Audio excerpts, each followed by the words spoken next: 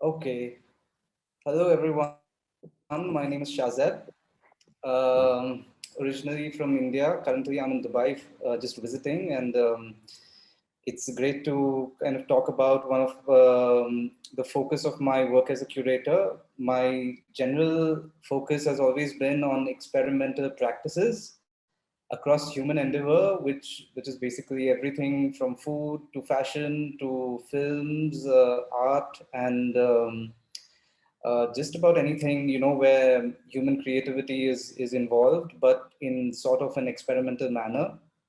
And so experimentation is probably like one of the core themes of my work, while what I'm going to talk about, what we're going to discuss today is one aspect of it, which is to do with experimental urban subculture. So it's more conversation about what is subculture and how we can help bring it forth and promote it, because it is something very important to society, and there is new subcultures that pop up every day, and that allows us to connect with people with common interests, and create new experiences that are very real and that are very connected to their everyday lives and what they like to do. So that's what we're going to talk about today. So thank you for inviting me for this, and I'll begin with the title screen, which is saying marinating culture, or sorry, yeah. So some of the questions to begin with is, if we think of culture as a dish, then how does this dish evolve over time? Is there a recipe to create culture? Because culture is not something that happens with few people. Sometimes it's the entire world, or it's an entire country that, or entire civilization that is what represents culture. So if we want to actually create new culture, or manufacture or engineer new culture, then is there a way to do it? And what are the reasons to do that? And of course, what are the ingredients of trying to cook the dish of culture? So this is the question, that can we cook new culture? And if culture was a dish, it would literally take hundreds of years to cook, because it takes a new thought to reach different parts of society over time, but more importantly, to become relevant to different people and become part of their lives, and that is then carried on into the future over generations. So I have always tried to wonder that we come to the world with a cultural perspective. We live in culture, but what does it take to actually create culture?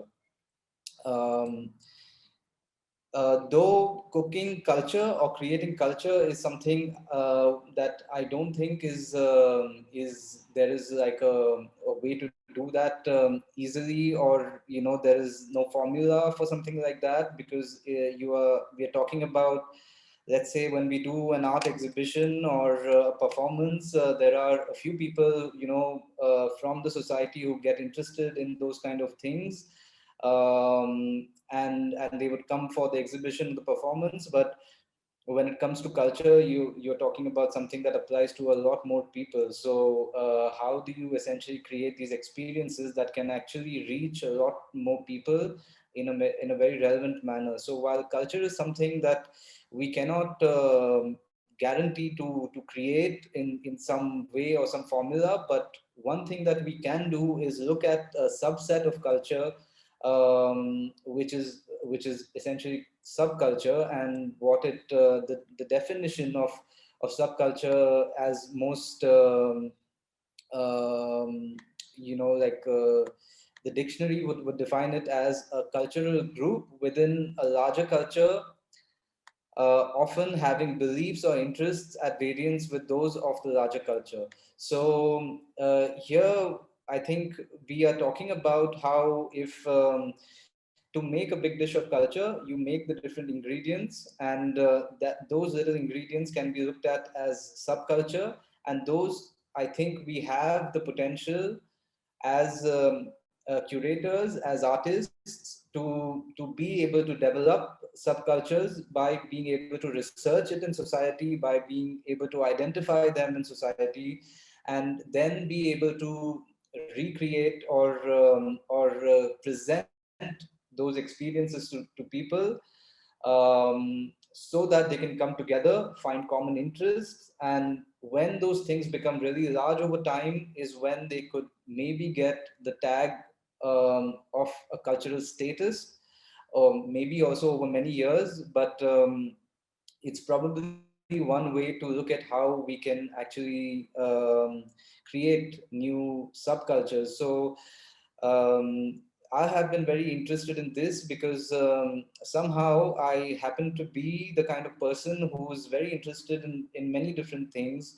That is why when I say that as a curator, my focus is on experimental practices across human endeavor, it means that today I'm doing a project about daguerreotypes, which is the oldest form of photography technique, and it has not existed in India, for example, for 130 years. About I think about 150 years ago, the British got this technique to India to essentially develop photographs with the technique of a daguerreotype. And now today, after 130 years of not making daguerreotypes in India, we are trying to make a first collection of daguerreotypes. And now this is maybe the beginning of a an example of the beginning of a very, very small level of interest that is there even in the community of photography. Um, but when we begin to do this process, we are trying to create a collection of daguerreotypes indigenously, which means we make the apparatus to make it, which includes a mercury fuming box and many sort of complex things. It's almost a sort of alchemy.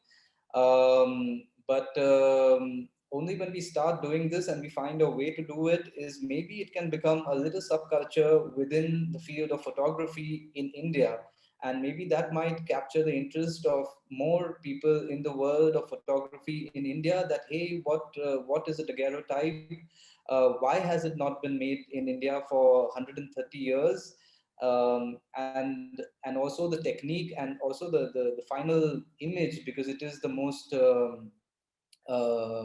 beautiful form of a photograph, almost like you've been able to develop a photograph on a mirror. So when they see that, maybe they will get like attracted to something like that, and maybe that will be the beginning of a new. I think it begins always with a little trend, and the trend can go towards becoming a subculture, and then eventually maybe go towards making a culture. So just that is one example that comes to mind because I'm working on it right now, and while thinking about this talk, I could make a connection between the idea of how even something like that does not exist, and how we are trying to bring it to life and make it into a subculture. It's not our objective, but that is probably what will happen. Going ahead.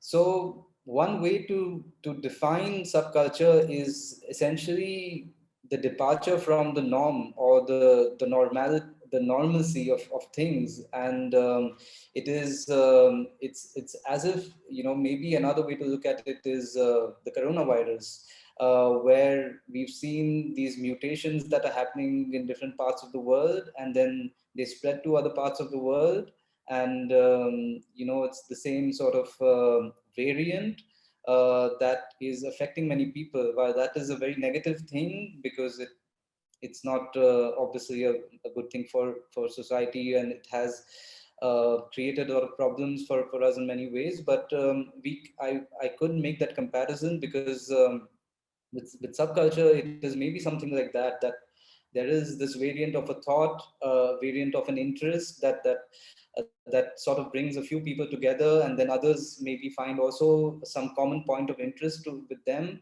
and then it becomes into a little scene. And in India, especially when it comes to something like subculture, um, I don't think a lot is done to be able to track something like this, because we have a lot of traditions and which are very ancient, and so to bring something new into Indian society is sort of difficult. But at the same time, it is now very relevant, because I think we are now in a very globalized situation where what you experience in Korea, we experience in India. The youths, is seeing and experiencing something very similar.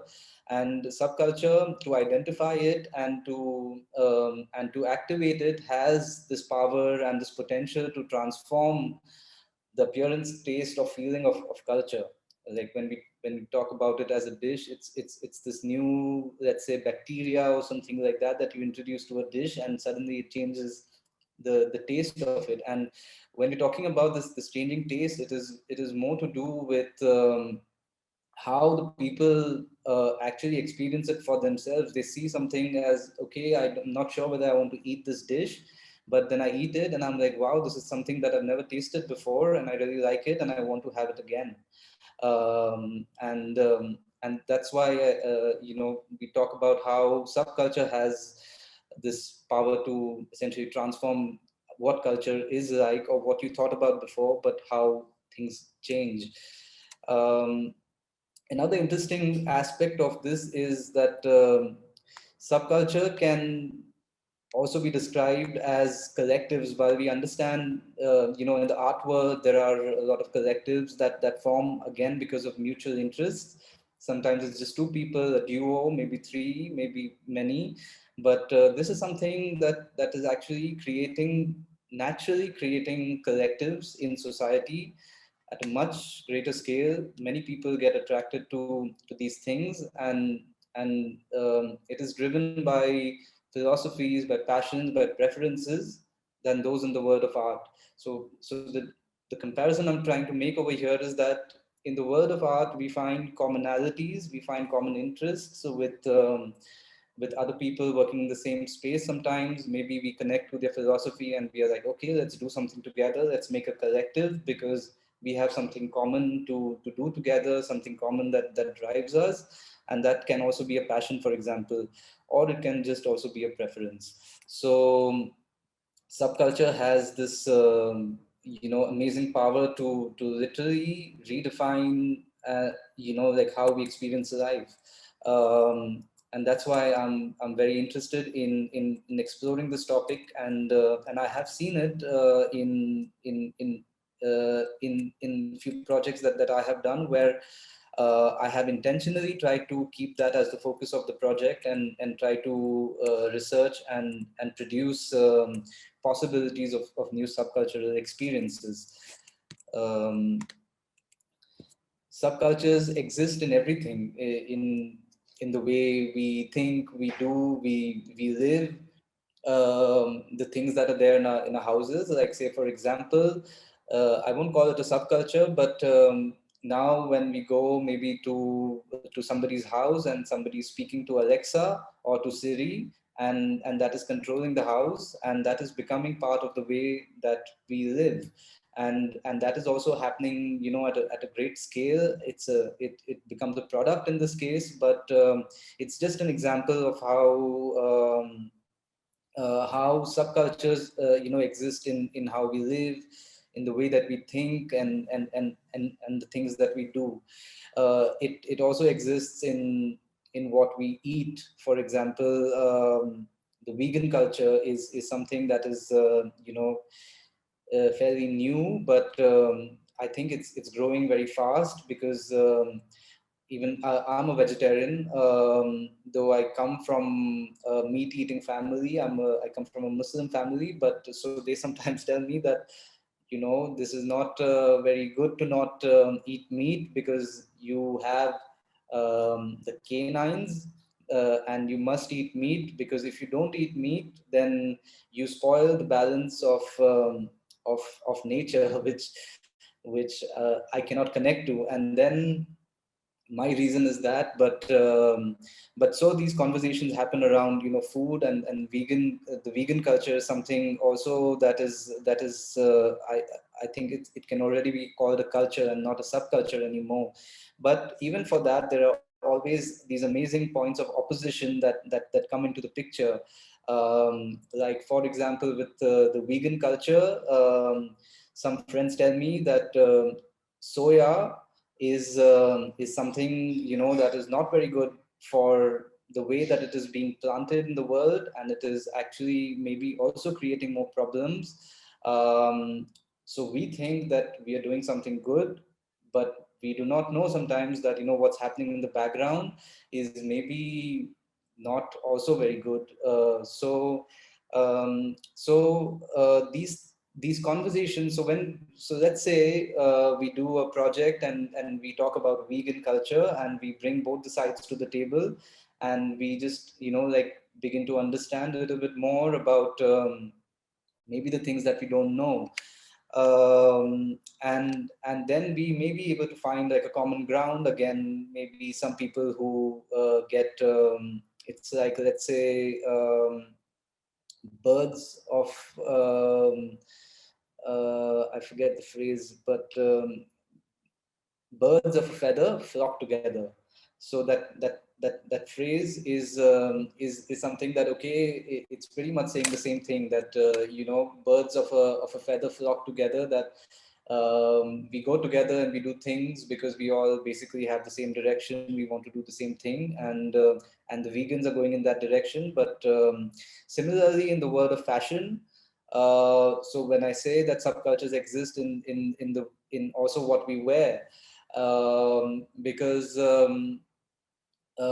fashion is a lot about style and trends, and you know, they come and go very fast, and you know, they have the potential to morph very rapidly and go from also from one country to another, and and see how something that became a style for one person is now becoming something that many people are wearing. But again, with fashion, we know that it's not a very sustainable industry, and so when we look at that as a subcultural aspect, you know, we should also look at the negative points of it. So it's not to say that subculture is good or bad; it's just something that happens. But my interest is also in terms of being able to see that can you kind of look at it as a chemical experiment, and can you induce things through experiences or through sometimes talking or sometimes exhibitions, be able to talk about these things and identify the subcultures and be able to celebrate, but also be able to create a dialogue and a discussion about you know, how things can be essentially better, because there are already very common thoughts that create the subculture. Then subcultures exist in the way we meet, in the way we play. Gaming is also, you know, a massive subculture that exists all over the world, and it is bringing players from different parts of the world to play the same games together, maybe make teams in you know, with people from different parts of the world playing together. So and they also happen to have common wavelength, not just in the world of gaming, but maybe also the kind of people they are. And the kind of people they are is maybe what attracts them to these similar things that we do. Um, Subcultures exist in the way that we celebrate, and it also exists in the way that we protest. There has never been how should I say, a revolution and a street revolution, or you know, that kind of a culture never existed in India, maybe until a few years ago. And there was a policy that the government was trying to introduce that would actually affect 1.3 billion people, India, where they with this policy, what they were trying to say is that you have to prove that you are an Indian because your family has been in India for so many number of years. And the thing is, because India, being in the developing world, we don't have everything in the cloud yet. There are lots of things that are in books and big libraries. That is the data of the people. And when you introduce a bill like that, I, as an Indian, having lived in India for 37 years, need to prove I'm an Indian. And but some religions don't need to do that. So it was a very controversial bill, policy that was being introduced, and that was the first time India saw, where the youth were coming out and actually protesting on the road. And that is where the subculture of protest became a way of being able to understand that, okay, I agree or I disagree to what is being said, but how do I participate? Because I don't because some people think that, okay, I don't care if I'm a Hindu or a Muslim, because we are all Indians and we need to look at society like that, because religion is a personal choice, can be something that you can practice at home, and you don't need to always bring it into the world and make it like, a reason to discriminate between people. And that is why we saw this amazing protest culture that developed in India, where people, the youth, began to figure out that, hey, we've never done something like this before, but how do we come together to show our power to something as big as the government, that this is wrong, and that we all believe together that this should not happen. And so we see different forms of protest, very interesting forms of protest, where there were women of a Muslim neighborhood in the capital of India, where they blocked a road for 6 months, one very important road for 6 months, and they would cook food every day. They were just sitting over there and cooking food. Anybody could come, just sit over there, have food, or just not do anything else, but show that as a sign of protest. And that was led by women.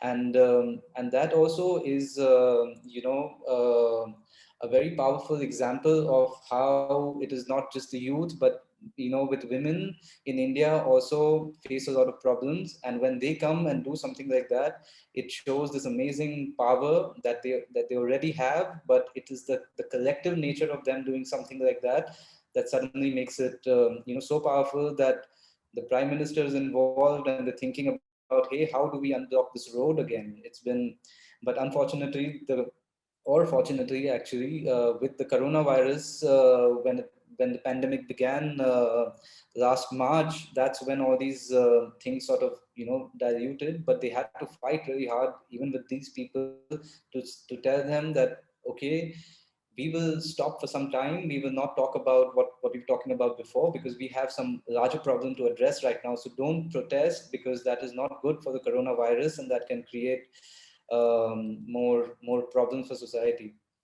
But as a result of these two things, that particular policy is not being spoken about anymore. And it's been 1.5 years. I'm sure they will try to do it again.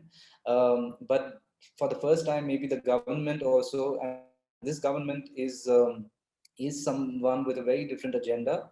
When they came into power in 2014, one of the things that they in fact spoke about in the manifesto of the political party was to make India into a Hindu country.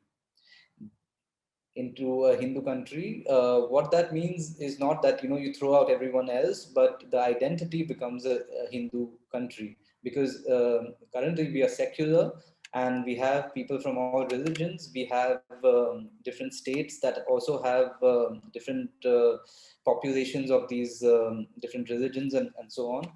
Um, so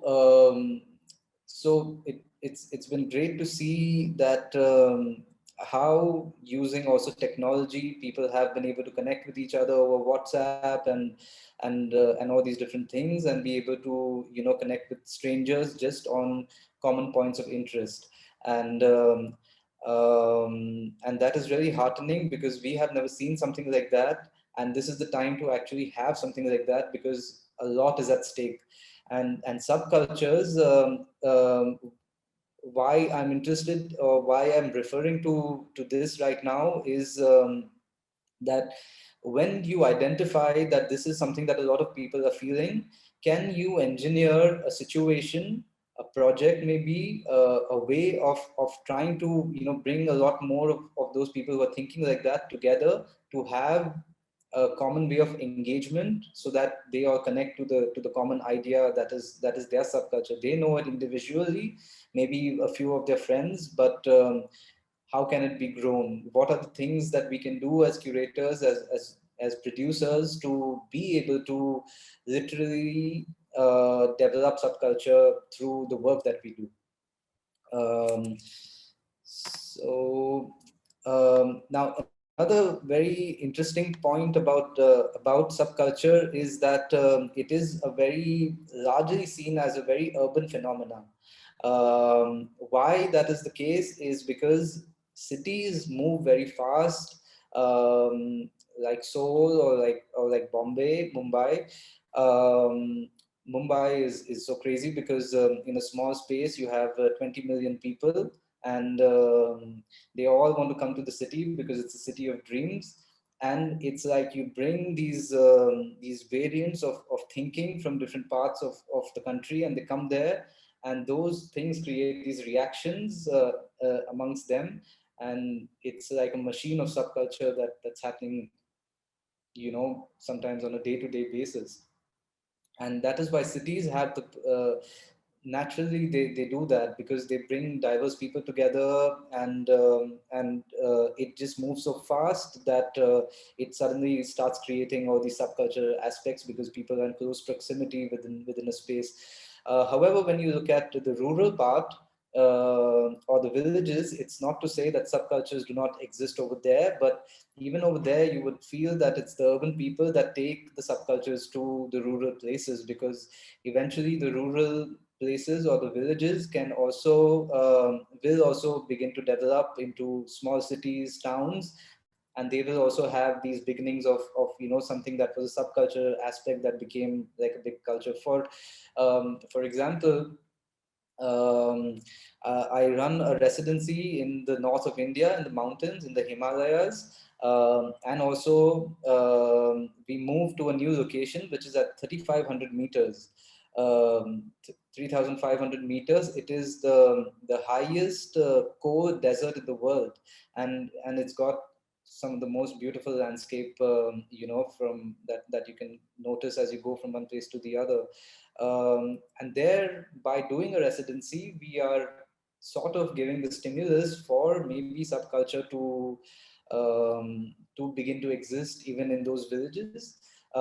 It's not to usurp, you know, the local culture, but at the same time, we know that even in these remote places, the younger people connected with the internet now have a very global perspective. So they live in a village, but you know, they're thinking in a very cosmopolitan, in a very, you know, like a manner that unites all of us. And so when we take a residency to a place like that, what we are doing is we are bringing the stimulus of cultures that come from different parts of India and the world. And it's like starting a chemical reaction in a place that has not seen a lot of something like that. Um, and we already see how the artists who come from these areas, they may not be very contemporary in the work that they do, because it's not the sort of exposure that they have. But when you bring these two thoughts together, maybe they will see some value in contemporary thinking. It's not to say that you need to think contemporary, but it's something that you can explore, because you can grow that way. It's the opposite of what the village mindset is thinking, because that's how the society is over there. And we saw in our first year that that it was so amazing that we could put together like about 30 artists, 30 local artists wanted to come and show their work, and we put it in the city center over there. But unfortunately, we got shut down because one of our resident artists did an impromptu performance, and at that time it was in a very sensitive area. This area, it was the northernmost state of India, Jammu and Kashmir, which has always been very sort of unstable because of terrorism, and it's a border state with Pakistan and so on. And India, the government, what they did was they took away a special status that the state of Kashmir had, and they broke the state into two parts. So one is now a Buddhist. It's the only state with a Buddhist majority, and the other one is a Muslim majority. So they broke that first state into two, and at that time it was very sensitive to talk about the division. It is the latest division that happened in India for political reasons, because the story is that. When the just before independence, there was a king in Kashmir, who was going to have his own state. But what happened was that from Afghanistan, there were some people who were coming trying to capture it from him, and then he asked India for help, and India said that okay, we will help you, but the king said, but I will always need a special status for Kashmir, because that was the deal, or that was the agreement that they had. But many years later, because of it being border state, it being a Muslim majority state, also known as paradise on earth, it's one of the most beautiful places in the world, Kashmir. Um, I think that India wanted to capture that as part of also this agenda of Hindutva, of trying to make it into a Hindu country. And so when this performance happened in the city center, um, I can't even describe, but all the top authorities from this state, they were trying to find us, and they took the artist and they took my partner to for questioning many times. And these are the top authorities like the CBI or the CID, and this is for an art performance, for a performance that was happening in the street, and it was an abstract performance. It was. Um, uh, I don't know how to explain it, but it was basically based on a story about Toba Tek Singh, about borders and divisions and so on, and they were doing an inspired performance about that. But the next thing we knew was they said that you have to shut it all down. We don't want to see you guys around. And they took us for questioning many times, and they thought that we were trying to create a problem over there by doing that those things. But we said that no, we do not intend to create any problems. It's just maybe you need to understand a little bit better, because it is art, it is a performance that's happening. And that led to the local people also seeing that okay, the local artists also seeing that okay, you can kind of do this performance, and that is being looked at as almost like a politically motivated thing that you're doing in the name of art. Then that creates again another sort of an idea about subculture for them, that what is that if you have, if you want to express yourself, you can find ways to do it. So yeah, it's I was talking about how subcultures have this way of being in the cities, but it can also go into the urban spaces, sorry, into the rural spaces, and then begin to change how people look at life, how they eat, where, all those things that we spoke about earlier. And and I think it's just something that could be induced by being able to identify subcultures and being able to present it to the people in a way that is obviously positive, is what I would like to do, and I continue to do that. Another aspect of subculture is also that it is usually formed in the streets. It's something that comes from the streets. That is why, you know, it comes so much from the cities with that high intensity movement and everything. But now we also see a lot of subcultures that are forming online every day. There are Instagram trends or Twitter trends, and then you see people kind of doing the same thing, sometimes a challenge, or you know, common things that sort of bring them together, and then it becomes a subculture. So now it happens also very, very fast, because the internet can be looked at as also a city where you have very, very high traffic.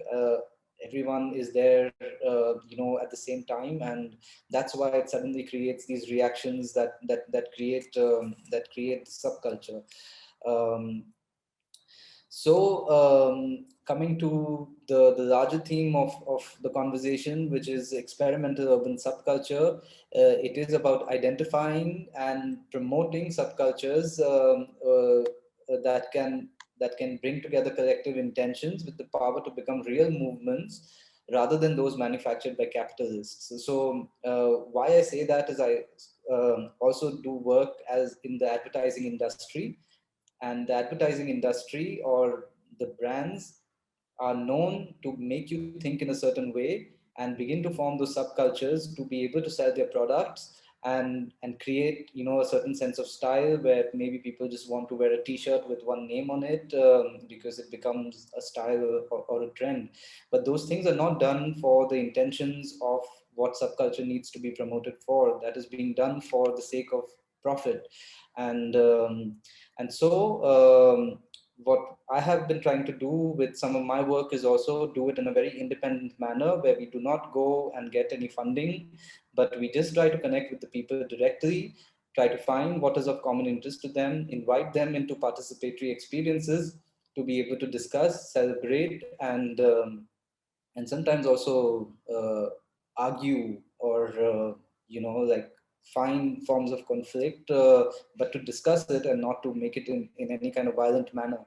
I believe that subculture, or promoting, producing subcultural projects, have a great ground to create very potent conversations in the right manner, which cannot be done in other ways many times. But at the same time, I do not, through the research that I was also doing for this discussion, when you Google search urban subculture or subculture festivals, there are not so many.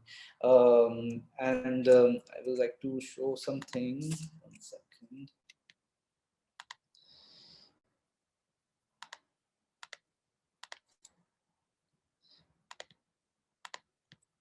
Let's see.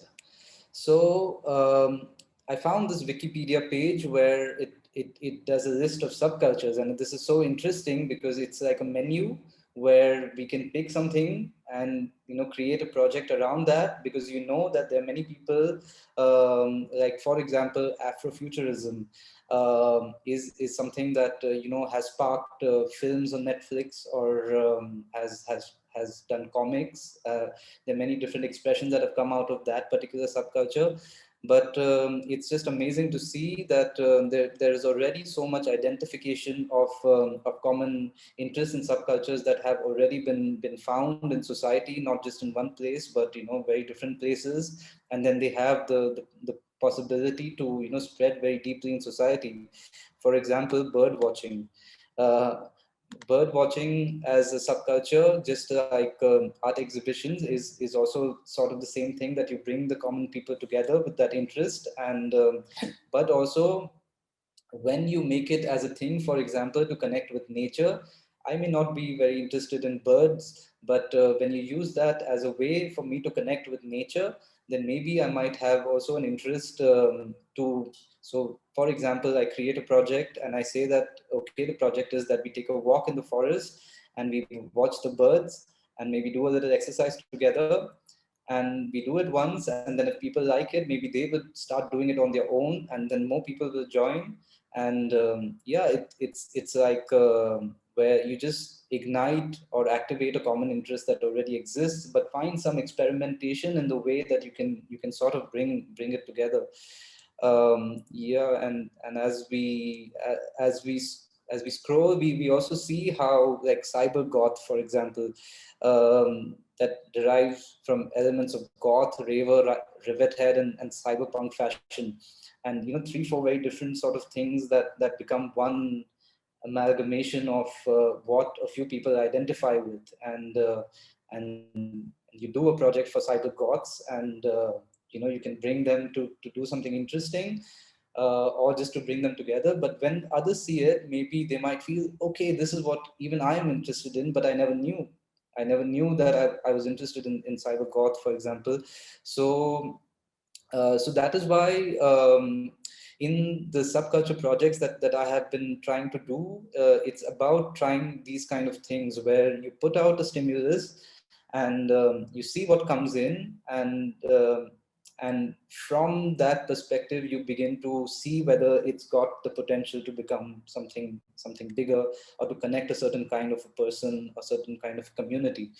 This cryptozoology, I don't know what that is a pseudoscience and subculture that aims to prove the existence of entities from the folklore records, such as Bigfoot, the Loch Ness Monster, Yeti, the Chupacabra, the Jersey Devil. So it's really interesting for me also to just look at this list, and see how and what are these things that are also sort of uniting people. I also want to read this. I haven't. Academia is a social media aesthetic and subculture centered around higher education, writing, poetry, the arts, and classic Greek and Gothic architecture. So specific in a way. It's is associated with ancient art and classic literature. Now, I do not know that if I'm interested in Greek and Gothic architecture, maybe this is a community that I can connect with. So it's got so much potential that if you do something with Dark Academia, for example, I can just think of a project where this Wikipedia page can become like the starting point of maybe a festival, and you just pick up different things, try to see how it can become a program, an exhibition or something, and then you would just have a lot of people coming together. I just want to um, just go through some more in case I find something. There is K-pop. So K-pop is something that I think has become now more going towards culture. I don't think it's small enough anymore to be a subculture, because when I'm working in my office sometimes, and there are a lot of young people that I'm working with, though I don't follow K-pop myself, or or Korean dramas, but they know everything about it, and it's so amazing that they're very distant sort of cultures originally, but they find this amazing, beautiful common meeting point with this kind of stuff. And so, yeah, just going back to the presentation, I looked at some thoughts I had about some references from what I remember from my connections in Korea.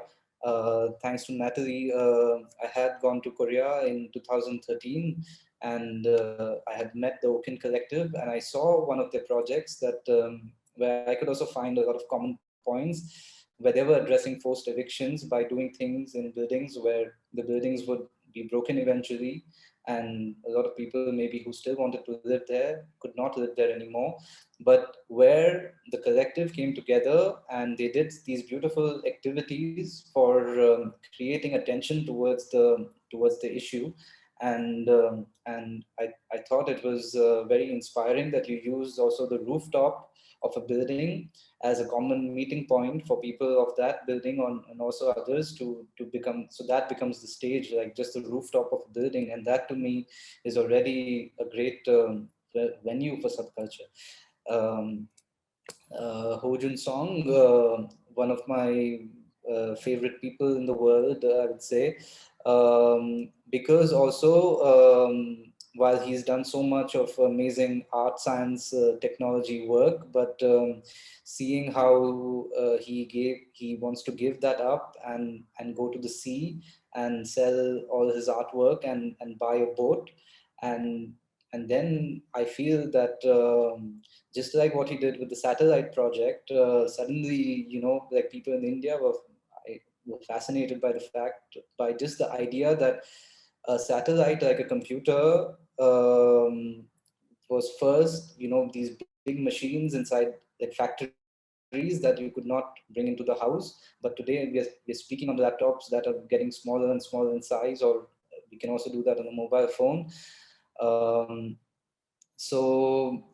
satellites in the same way have the potential to become a communicating device in the way that I want it to be. And that is why a satellite as an individual initiative is something really beautiful in terms of the thought of it. And now I feel when he does something like this, it might also, maybe entice or inspire some people about looking at the sea as a place for thinking, for doing, and so that's why I wanted to bring him up. We spoke about K-pop and the K-soap operas, which are taking the world by storm and becoming a global subculture, maybe already a culture, can also take the tag of culture. This is also another really amazing incident, not incident, a phenomena that is there in one of the northeastern states of India, where the most popular television channel is Arirang. And when you go there to that place called Shillong, or that state, you will feel like maybe there are many people from Korea over here, but they're not. They are the locals who have adapted to that culture. It's very hard to find the common linkage. Like, what is it that connects this particular state of India to this culture of Korea? But it's a reality. So when you go to the market, you see that people who sell DVDs or movies, now it's not such a big business anymore. But when we went there a few years ago, the biggest stacks, the biggest collection were Korean movies. And I have no idea what must have happened for that chemical reaction to have happened, that suddenly the state in India is not just interested, but it is embodying the culture, how they cut their hair, how they wear clothes. I'm not trying to stereotype, of course, but you see this very stark sort of a difference between this particular society and even the other states neighboring that. And it just would make me wonder that what must have happened for something like this.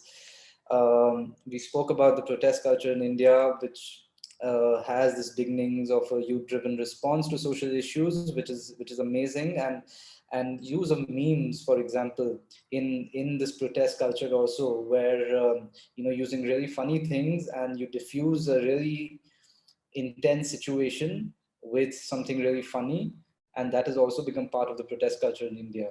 And because that is also the behavior of the youth itself, and it's great to see that they use what they do interact with every day and make it part of something that is actually going to help the common points that are not going to be very good for these very same people. um, Residencies in India are actually, this is sort of interesting because we come from the world of art. So we sorry, one sec. So now this is something that's become sort of commonplace, where they do residencies, where they want to. This word is become very very common now. Tribe. The tribe, or can be a collective, or something like that, and they do residencies which are not art residencies, but they use the model of art residency for anyone who is either believes is creative or wants to do creative things or wants to meet creative people. They bring them together, they sort of stay together, eat, and everything that we would do in a residency. But this has almost become like a business thing now. It's become like a way of traveling. It's become a way of connecting with like-minded people. Um, and this is becoming the new subculture, that hey, I want to go out and have these experiences, and I want to have these experiences with other people who also have common interests. There is also something very similar here, which is where they take 20 creators, but these creators could be, like could be an artist, could be an engineer, could be someone working in advertising, and they bring them together. You have to pay for it, of course. It's also quite expensive, but it helps them to, so it's also a subcultural aspect that is happening now in India. There are many, many such things where they try to sort of bring, like people together, trying to find common points. Um, I should go back to this. Festivals is another thing, and that might have some relevance to the last few things I want to talk about, as we are also sort of running towards the end of the time. Festivals started happening in India, like mass festivals or culture festivals have been very big in India, though the ones that are ancient, the ones that are religion oriented or sometimes nature oriented. But subculture festivals like music festivals, film festivals, these have now also become very, very big over the last 5 or 6 years. One of the biggest ones is this thing called the magnetic fields. And last year they could not do the festival, so they did something called nomads, where for 3 days again you just bring a few people together in a heritage space in a palace. And so you get that sort of an experience, and yeah, there would be music, food, and everything. So that is another big thing that is sort of defining how the youth in India is meeting through festivals. And now it's becoming more also, they're trying to make filtered programs where you don't do it with 5,000 people, you do it maybe with 20 for a longer period of time. And there also becomes a venue for subculture. The Zero Festival is also an amazing festival that happens also in the northeast of India, which also looks at sustainability. It happens in the rural space. It takes a very long time to also get to the place, but this is now becoming also very, very common in India, the idea of festivals. And this is something that I have been curating since 2012, called the Blackout Festival, and its focus has always been experimental urban subculture.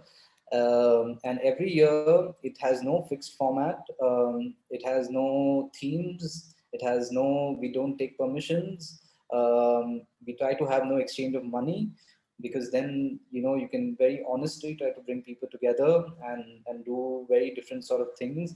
So just to kind of give you an idea, I actually want to read this out. That sort of became not the definition, but a way of describing it, that living in a global metropolis is like living in a mosh pit of ambition. New subcultures explode every day as people from all walks of life hustle for the spotlight in a million different ways. The traffic of human activities to survive urban chaos produce statements and sentiments by the second. This is the real art of a city. The performance of a million people crisscrossing each other, trying to find the next experience, the next memory to relish for a lifetime.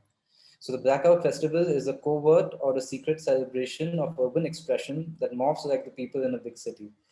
But what remains common is the need to experience something new, newer than the last thing that was there. And with city folk evolve their ways of coming together, seeking new curiosities. So this is the important part for me, that the evolution of the ways that we meet each other and find ways to do that. It may be that you do a music festival and you bring people together, but we can also do it in other ways of trying to look at this evolution that does not need to just be a music festival, for example. So the first one was done in an urban apartment in a 2-bedroom house in suburban Bombay, as a 72-hour festival where there were all sorts of things. There was a barbecue, which is a food event, a film screening, but a book launch inside a house. Broth of Hell is a drink that we make where everyone brings something and we literally just mix it all up, and we just do that before the party begins. But the theme of this particular, the first edition was, it was 21 December 2012. That was the day the Mayan calendar comes to an end. And at that time, that was a big thing that was being spoken about, that is the world going to come to an end? So I felt at that time that, okay, if it actually comes to an end, then we should be together with the people that we connect with, and we find some common interests, and then we can die together. So, but of course, we it just turned out to be a great place for meeting. But we did everything from breakfast, music sessions, DIY jam, which was about bringing objects together and making some things together. The Great Indian Dal Festival was it's a pulses based dish that is it's the most staple dish in India. And the person who used to cook for us at home, we named him Masterclass Chef Madhav, because he would make great dal. So, and there are many different types of dal. So we thought, okay, that's also a sort of a subcultural thing, that you like this kind of dal, I like something else. So let's make all of them different types, and that becomes a common point of discussion. So then unveiling the new Mayan calendar. We don't know what that means, but if one calendar has come to an end, then do we start a new calendar? And if we do, then how should we do it? So just sort of ways to kind of connect. I'll move to the next one, which we actually did on a rooftop. I can show you some stuff from this. By the way, it is 7:03. Are we running short on time? Okay, so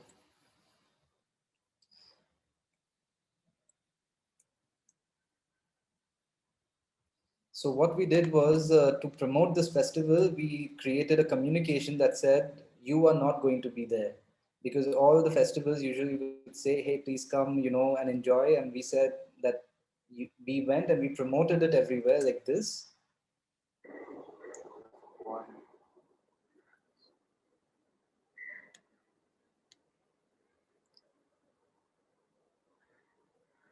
So it's a big projector that we took to different parts of the city.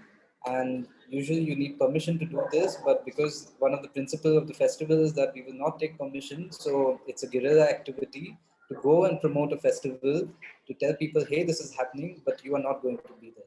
What the fuck is this? Wrong. Sorry. Oh.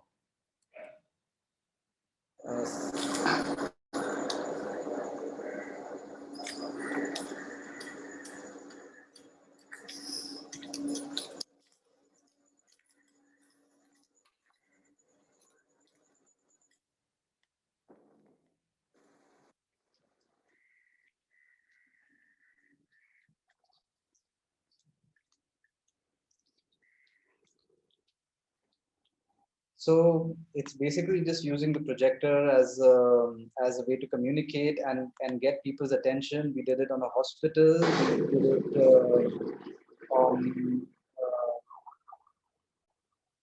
on the house of the biggest superstar in India. We went to his house and we projected it onto his house, because we wanted to go and tell all of them that, hey, we are doing this festival, but we don't want you to come. So those are some examples, but just to kind of give you an idea, there is this one aspect of what always happens in a party, in maybe not just in Bombay, but anywhere else, that when the people come, it's very hard to get them out, to tell them, okay, the party is over, and we need to empty the place. So we did, because we see that as a recurring theme, what we did was an experience called Skating Noori. Noori is a well-known ghost character in India, who wears a white sari, a white Indian garment. That's a full body garment, but it's a traditional garment. So what we did over here was, we created a game at 12 o'clock in the night to end the party. We said that you have to go and find skating Noori. So Noori was someone who was wearing a sari. Jay, today would be good. Jay, today would be really good. Okay, now shut up. Jay, good at catch. This is the blackout bitches! Alright, no, wait. My lights to come on, hang on. Yeah, what's This is the blackout. See you later, motherfuckers! So the idea over here is that you see this character, and then she goes out of the building and she's on skates. It's very hard to wear this Indian garment and to skate, but she's got the lights on her and she's going to be skating around, and then people have to go and find her, and that's how you empty the party. So we looked at all these different ways of connecting. We also did a film festival, but the films were not just shown in the regular way. We showed films on the wall. We showed it in the bathroom. We showed it in a coffin. Buying vegetables. Who's helping me? Somebody just help. You need help. They need to be helped. Just show this, please.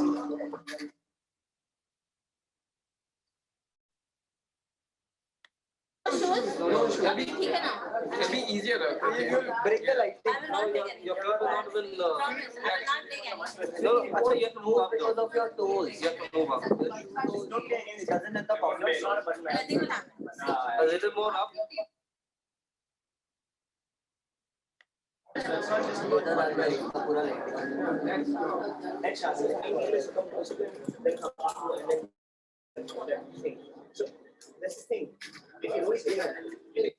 So there now that is again something that people are always very scared of death and symbols of death, but there we were showing those kind of films, and so when you go inside, it's right there on your face, and but you watch a film with that kind of an experience. So that was the experimental part to what we tried to do with the experiences with the festival, where even if it is a film festival, but it can be experienced in a slightly different manner or with an experimental way.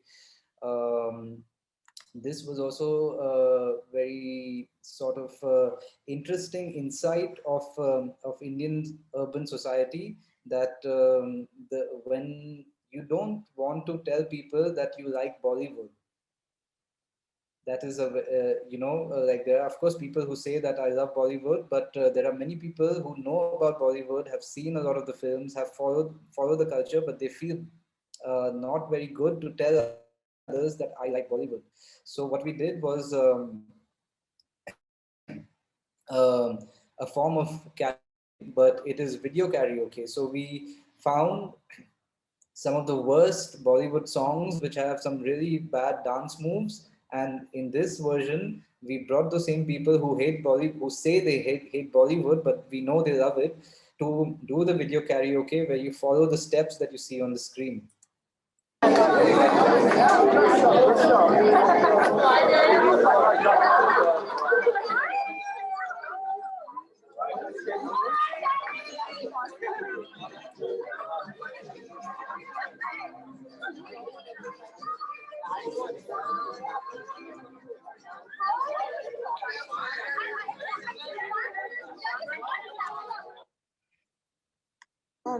Nice. What you find?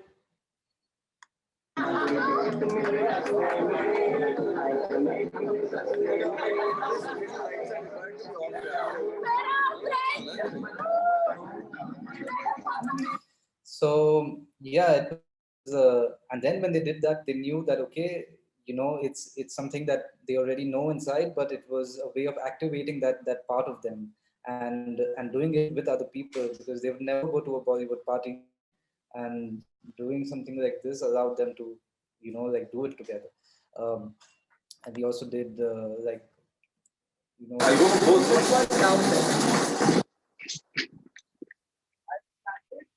for those who are interested in games, so we made a very, this is just the testing part, but where you have to drive a remote control car over a crash obstacle course that we made.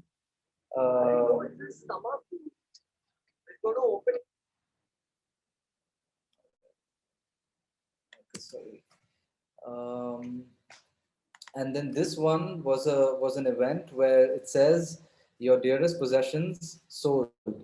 So we asked people that, hey, do you have something that you can give to us, which is very dear to you? And we didn't tell them what we would do with it. And then when they came to the thing, they saw that it was being auctioned, where we would give away the important possessions of people to other people. And then they found it to also be like a funny thing. And then whatever was not sold, it became a free market. So then you can just, like buy any of that at a very cheap price, though it is something of a lot of value to someone.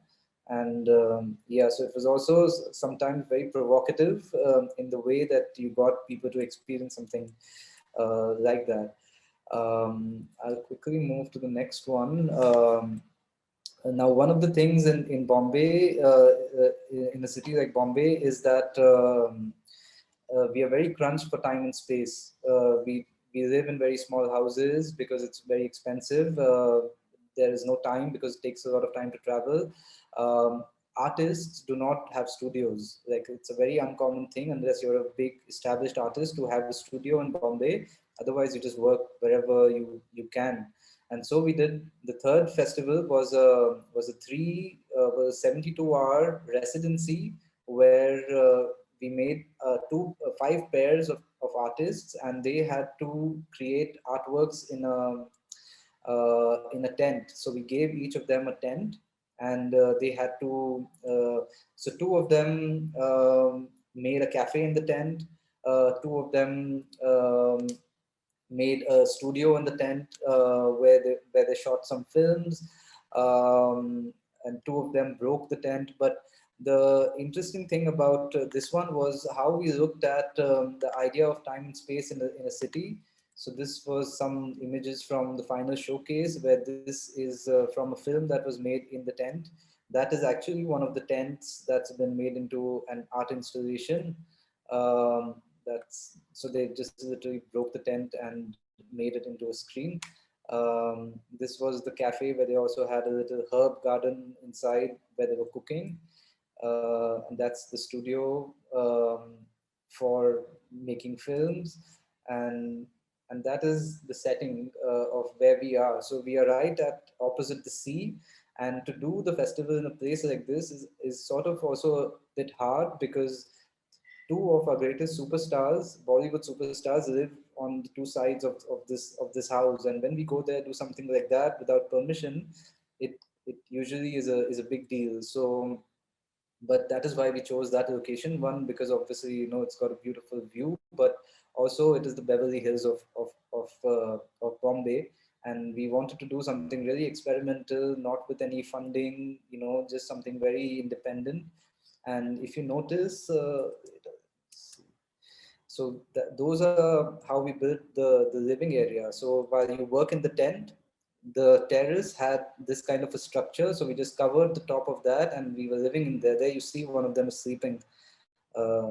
So and this was also actually a very important subcultural aspect of people in India, that during the summers, they would go up to the rooftop and they sleep there with the entire family, and you have different members of the building come there and also do that, because they would not have an air con or something.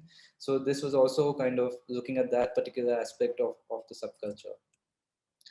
The next one was so after doing it for 3 years, we got invited to Switzerland in Basel to do the festival over there, and we took the city of Basel as the inspiration to create again a festival of 3 days and nights, 72 hours non-stop. But it had an exhibition before and after, and that's how. And we had a lot of different sort of experiences that happened. We burnt a piano because it was a piano that was given to a musician from a family member, and it was something that was a family possession. And they told her, because you're a musician, you take the piano. So she composed a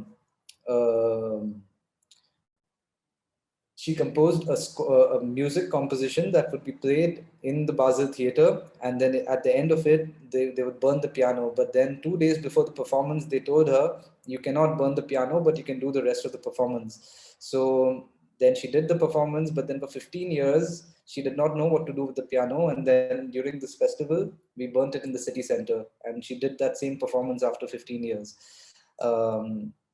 So yeah, essentially we tried a lot of different formats of engagement. Of course, here it was a very global audience because we had artists from all 6 continents, and we were looking at subcultural aspects of that. And and yeah, we had the chance to do it in a big in a very, I mean, art oriented city. Because we're running out of time, I will not get into the details. Maybe just quickly have a look at some of the things. So those were all the artists who were part of the festival. And one of the things that we had to do, as you would probably know, that when Art Basel happens, there is not much accommodation in Basel, and people find it very hard to find a place to stay.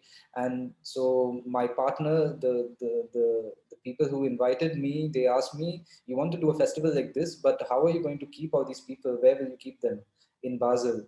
So we did an artist B&B project, and we went to the people of the city and we said that the best form of cultural exchange is you take the artist home. And that's how we accommodated all the artists. And it became also a great point for them to meet each other and, you know, they get to know each other, cook for each other, and so on. This was again the uranium necklace by Ojun Song, and it is put in the attic of the city, which is not accessible to anybody.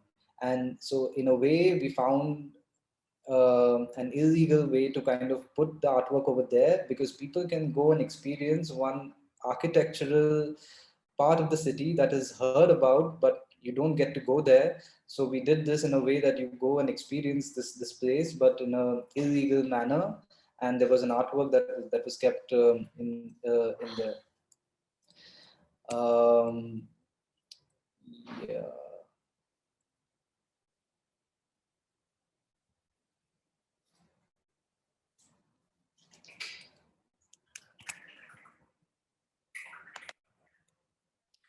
Then after we came back, the next year we looked at again a new format. This time what we did was an exhibition of statements. So one question that I had also as a curator was that when we make art, we always, sometimes we want to have a message, and the message is seen through the artwork. But here I wanted to know that can we do an exhibition of the message itself? So what do you want to say? And you make that the artwork itself. And I tried to curate statements from the internet, from my conversations with people who may not be creative artists or whatever. They could be, you know, just people who had something interesting to say, but find very short statements that we went and then we put in the city using this caution tape. I'll show you.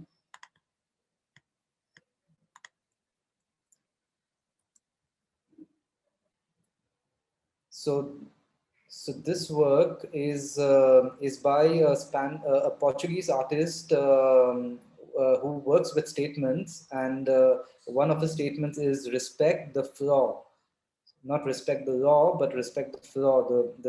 So we put, and the behind part is the police, where the police stay. So we took the statements also and put it in context of where they had some meaning. And when you're passing by a very important part of Bombay, the two connecting sides, you could see the statement, you know, like really far away. And like this, we curated 17 statements with artists from also other parts of the world. And we put them with this caution tape on the floor, because one of the things I was noticing then is that people were lost in their phone, and they would not see, you know, because there was also street culture, like street art that was happening a lot. But then suddenly with mobile phones, people would always just keep looking like that and they would not notice what's on the side. So we decided to put it on the floor so they could, you know, like be able to capture their attention. And also use the caution tape because it reacts to your vision, because of it is meant to capture your attention. That is why we use this particular tape. This is also a statement that Hojun used for his satellite. If possible is expensive, and why we have put it over here is, sorry, 1 second. Why we have put it over here is because over here in the sea, the government wants to build a statue which the citizens do not want. It's like of an old warrior, and they're like, we don't need to spend all this money to make a statue. You can invest it in public health. So on the day after we put the statement, the Prime Minister was going to come and inaugurate this project. So that is why we put impossible is expensive, because it was meant to be like something very hard to do because it's in the sea. So we just said that it's just something expensive.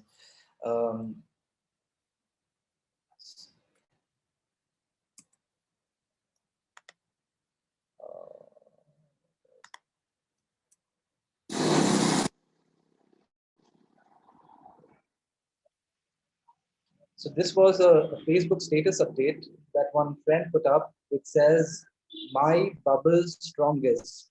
It was a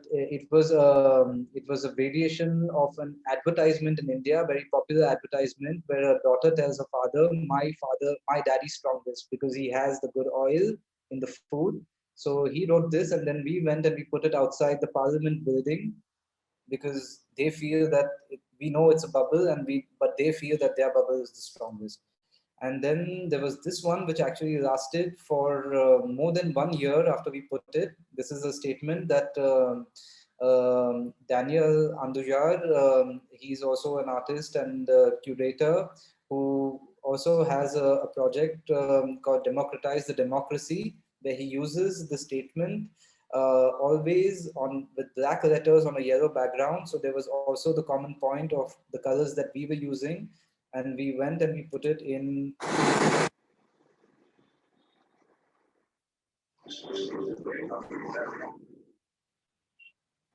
So it says democratize the democracy, and it stayed there for over 1 year until it maybe like tore apart, because that was also the reason to use this kind of tape, that it is very durable and it doesn't tear very easily. And surprisingly, no one ever came and asked that, why have you put this over here? And Yeah, in the same festival, what we also did besides the statements was we played cricket, but we played photoluminous cricket. So we played it in the studio where all the lights are off, and just the bat and the ball is glowing, and we could look at that. Um, then, if you remember, I spoke about the Thriller, which was the video karaoke. So we did another version of the video karaoke, where this time when you come to the party, we take a printout, we take a photo of you, we print out your face, make it into a mask, and we give it to someone else. So then you are wearing someone else's face, and you are in the party, and it again becomes a way of knowing, hey, who are you, and who is this face? And so it's like two people at once. Yeah, so this, I think I will show the last one, which which was again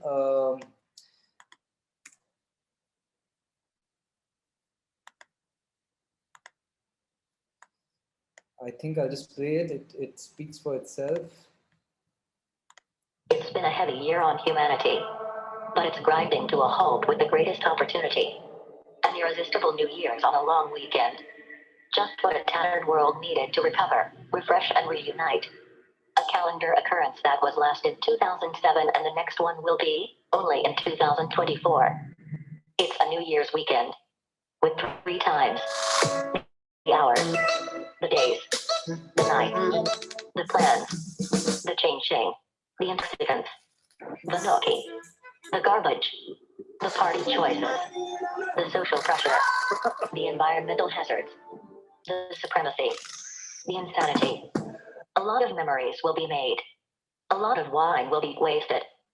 A lot of wishes will surface. No surprises then that the plans for this extraordinary, super duper, hot and sweet, special New Year's Eve are raging across the planet. So what's your big plan? Travel to unexplored territories, gatherings at home, Party hop in town. But as always, at this time of the year, you must be looking for something new, aren't you? Something you've never ever done before? Something deserving of this special occasion? Something truly extraordinary? We've got it. We've got you. Back Out. The Back Out Festival.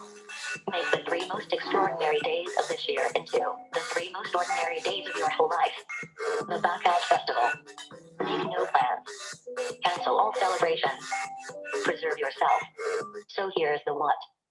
Make no plans. Avoid the outer world. Be in one place. Whoever lives with you. Do what you would do on an ordinary day. You can go out, take a walk, play a game. But make no plans. Discover coincidence again. If someone invites you into a plan, say no and tell them to back out too. Look, it's not going to be easy. Just like going out for 3 straight months would have been hard. On your mind. On your physical self. On the planet. The Back Out Festival. Make no plans. Cancel all celebrations. Preserve yourself. The Back Out Festival. Make no plans. Cancel all celebrations. Preserve yourself.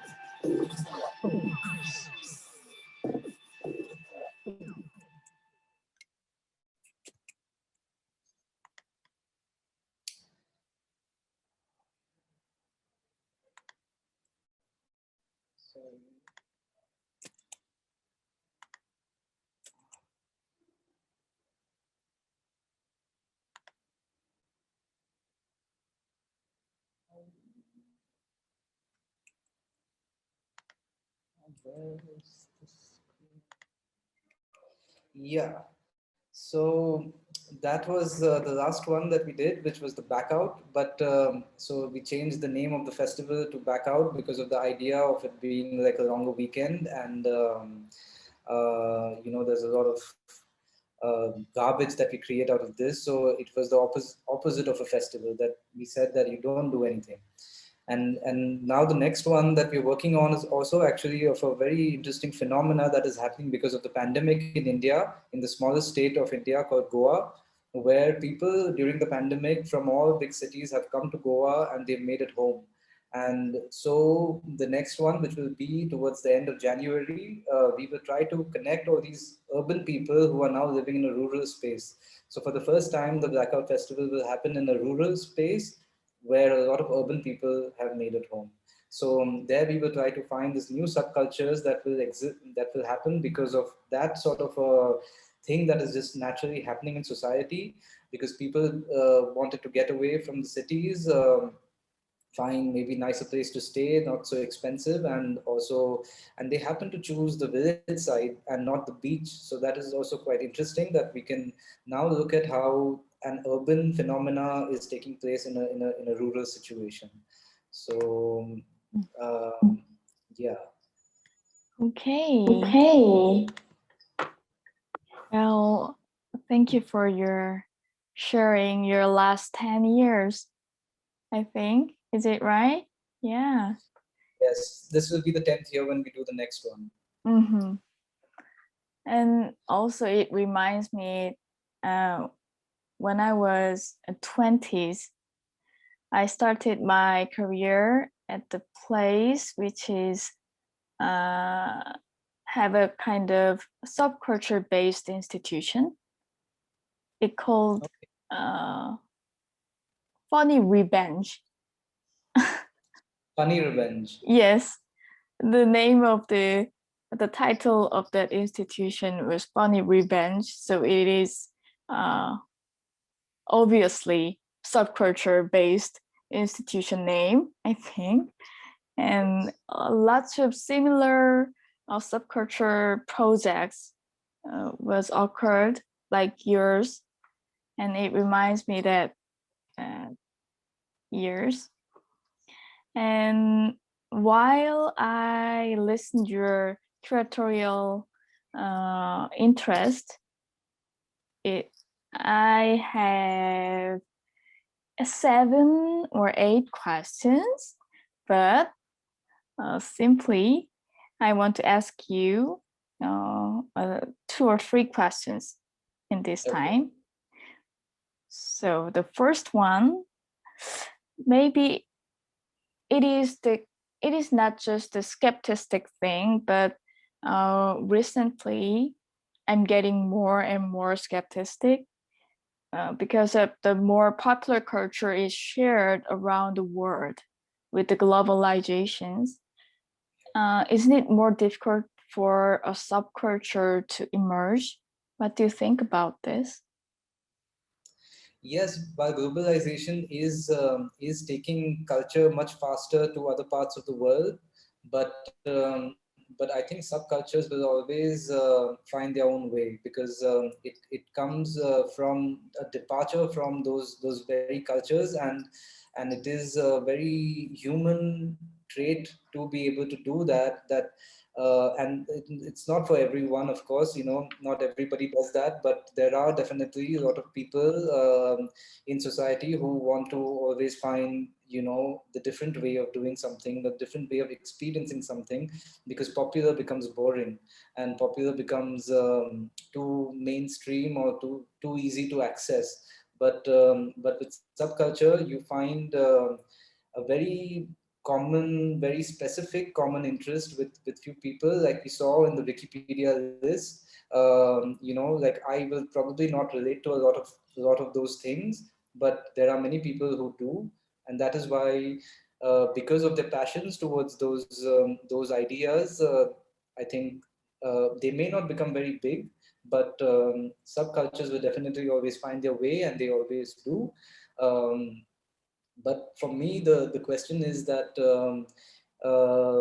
there are it's not always that you find the interest. It's not always that you know your interest sometimes. And what you can do with subculture festivals or subculture experiences is being able to expose people that, hey, something like this exists, and maybe they will find something that, hey, okay, this is what I really like, and or this is what I find common, I align to. And so I feel that while subcultures will find their own ways to exist and thrive, maybe we can find ways of promoting that a little bit more, and helping other people also find their interests, because maybe it exists, they just don't know how to access it. So focusing on individuals' own interests by themselves. Not, I mean, a festival would be a collective experience, but it is trying to draw the individual's interest to bring them into a collective experience. So if I do a regular film festival, then yes, a lot of people would want to come for that. But if I tell them you want to watch a film in a coffin, maybe it suddenly makes them feel, okay, this sounds like something that I've never done before. What is it going to be like? When they come to the festival, they find that, okay, I'm interested in this, and there's so many others who have happened to find their way over here, which is why also we would do it in a manner that it is secretive or it is covert, because that also becomes a drawing factor, that it's not for everyone. So we would have the kind of messaging, the communication of the festival that would also say those kind of things, like don't react was one communication of one edition, or you are not invited was another one, or reject everything was another communication. So those kind of things would draw the interest of the people, and then when they come there, they get maybe exposed to something that they already like, but also some other things, and then that could become they could become part of a new community, and then continue to connect with them after the festival. Mm-hmm.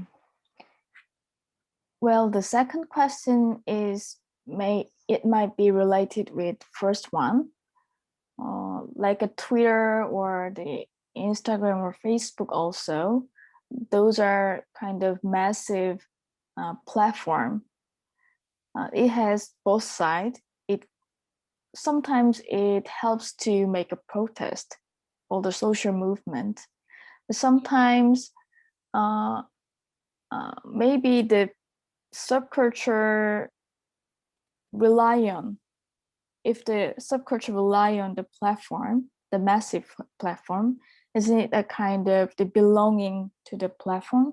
I mean, the dependent on the platform? I think just like a festival is a medium, to be able to connect them. To me, the Facebook or Instagram or any of these platforms is a medium, and maybe the thoughts can connect over there because it's easier, because it's part of our everyday behavior to be on Instagram.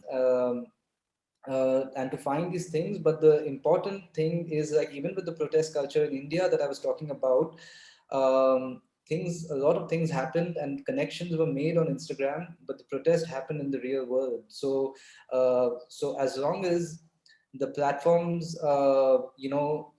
give us the medium to be able to connect with different people, the important thing is to see that they don't just remain on social media, because that is just also my personal opinion or perspective. It's not something that's right or wrong, because I think that the digital world is great to connect on, but I really enjoy the real world participatory collective experiences, because that's what really defines who we become sometimes. And you cannot, I still don't believe you can do that just with by being on these platforms. But they do a great job in terms of really having so many people on the platform that if you have something to say, you could possibly make an easier decision to be able to connect with more people over there, and but then maybe take them out of it and do something in the real world. So I think, like I said, subcultures,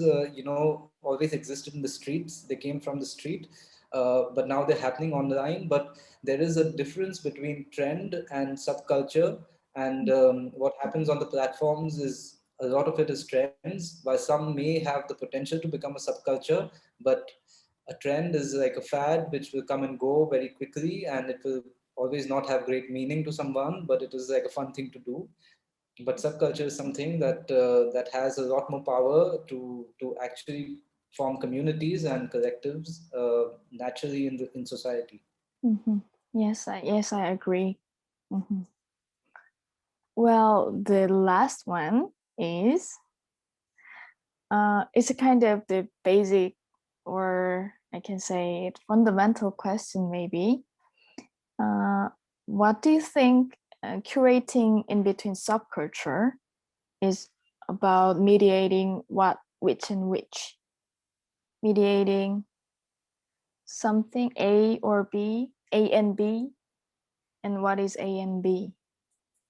Maybe So A and B, to me, the way that I usually try to do these things is of course some things, just is what you experience in life and you already get those ideas. But when I try to build the festival itself, I try to look at it very simply, that A is the person or the people that you want to connect, and B is the experience that you want to connect them to. So what are you going to do about that particular experience? And are you going to do something that is wide and diverse enough? Because we have so many different interests, being urban people, that you may be interested in film and food and fashion. And if you have all of that and the subcultural aspects of that, then you can make a lot of different cross connections between a series of experiences that happen in a short period of time or in the form of a festival. That is why I believe that the festival is a great format or a great medium to proliferate subculture, rather than also doing it as an exhibition or some other way of an art medium. Because in the festival is where you can do so many things, and you can have somebody come in for one and then experience something else, and so that's how I look at it. That I try to see that, okay, films, what is happening with films? I can give you one example, in fact, which is also coming from some behavioral study of the online platforms, that now Instagram has reels, and the content is getting shorter and shorter, because we say in advertising, thumb stopping content, that when you scroll so much every day, what is it that I can do for you to stop the scrolling, because I catch your attention in some way. So, and also our attention is becoming lesser. We do not have the time to look at very long things. But of course, there's also Netflix, where you can sit and watch for 10 hours. So for the next blackout, we will begin the Scene Festival. So the scene is not a film, it is not a short film, it is just one scene, but it uses the structure of a scene where there will be certain rules that will be given to be able to do that. And it is also maybe a little bit easier to make because you don't have to make the entire film, but from a cinematic perspective, and this is also because when I'm researching the people who have moved to Goa, a lot of them are filmmakers. And I know that when I take maybe a new concept to them, that we don't want you to make a film, why don't you just make a scene? And then we will do a festival of scenes. And then maybe some of them, and then to do maybe make a platform where you have a platform for scenes. And so just like that, I'm looking at that, okay, there is this kind of a community, a sub-community of filmmakers. There is the photographers, there's the food makers, because where we live in Goa, in the village side, when we order food from outside, we don't get many options. So what's happening is a lot of these people who have great taste for food, they've started doing like home chef. They cook their own stuff, and then others can buy from them. They do it sometimes once a week, twice a week. So now I know that this is already happening. So how do I sort of like connect those people together? But when they make the food, the others are going to come to eat it also. And so new connections will happen. So I always try to look at what are the kind of people that you're dealing with, and what are the different points of interest, and then to find an experimental way to be able to make that experience something that attracts them, because we know that a lot of them have great exposure, they've seen the world, and it's not very easy to get their attention. So when you do something like honestly different is when you will grab their attention. Otherwise it might just be a thing that will just come and go. And what I'm more interested in is things that will have more sustainability, or they are things that are of importance and that can help bring these people to connect over a longer period. Wow, I can feel kind of non-stop energy of your curatorial practice. And Thank you. so I want to ask you one last question, because of your Sure. full of energizing. Well, what are you have expectations for art? Can you tell me about your expectations for art? As we move, ahead in time, where technology and social media and actually being able to find connections with people or to do anything at all is not very, very difficult anymore. Art will,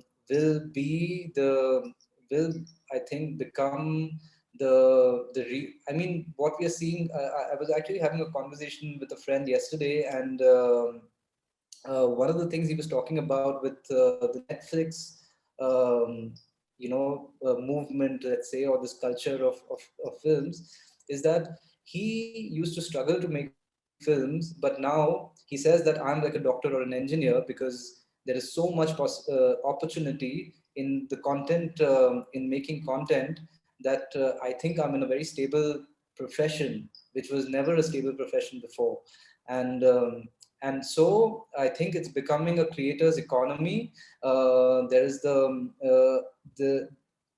I think if you are not going to be creative or artistic, I think it is also bringing a form of art into everyone's life and making everyone creative also, because the apps help you do that, or there's just so many ways in which you can actually find your mode of expression.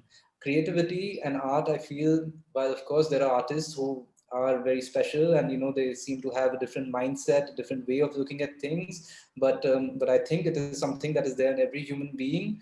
But it has to be unlocked in some way, and everybody is creative, and eventually the creativity can become good enough to become what you can call art. But art, at the end of the day, we know can also be the very opposite of what it it is at one time, and you make the opposite of that, and that is also art. When you go ahead in time. So to me, I feel that just the way how with subculture we try to find common points of interest, the same way being able to promote ways of being able to express, which is now very easy because of also social media and so on. I think art will become, or is already becoming, a very natural part of everyone's life, because before I would just put a photo, but now I can make a GIF, and I'm thinking, I'm not a photographer. I'm not talking about me. I'm just saying the kind of content that I see, that a person who's not a photographer can also look at the medium of photography in a way that, hey, I want to put out something that my friends will notice, maybe the world will notice, and so I want to do it in a different way.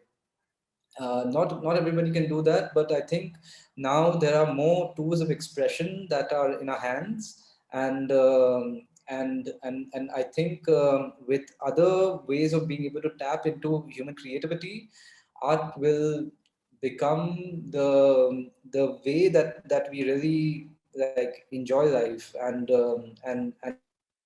because everything else will um, will become reality, and art will become a way of being able to show your identity. And so that's why I really believe that that art will become, it already has become, but the art world will never look at it in that way. But I think many people are now creative, and the good thing is that it should be that way. That while some may feel that that becomes very competitive, or whatever, but why not? We are all creative, and we should find ways of being able to bring those expressions out there, because that will help society to find new ideas and thoughts. And why not?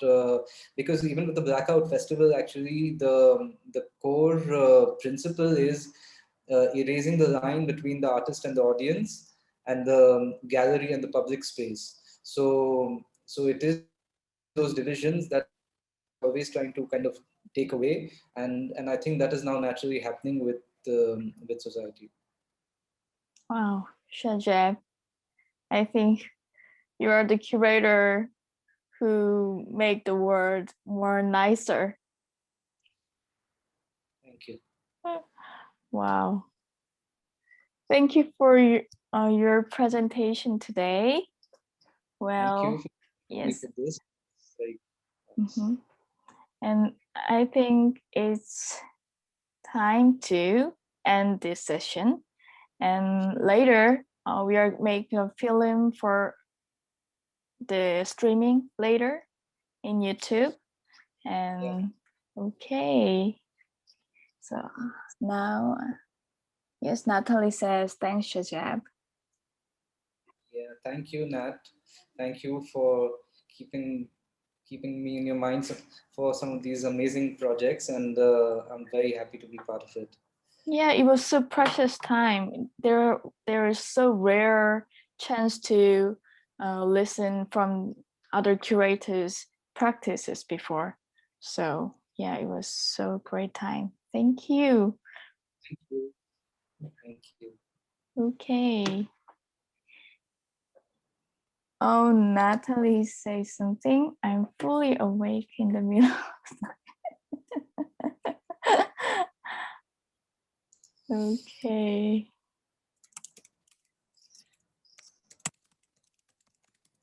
Sorry, we had to do it at this time. It's very late for you, and but I hope this.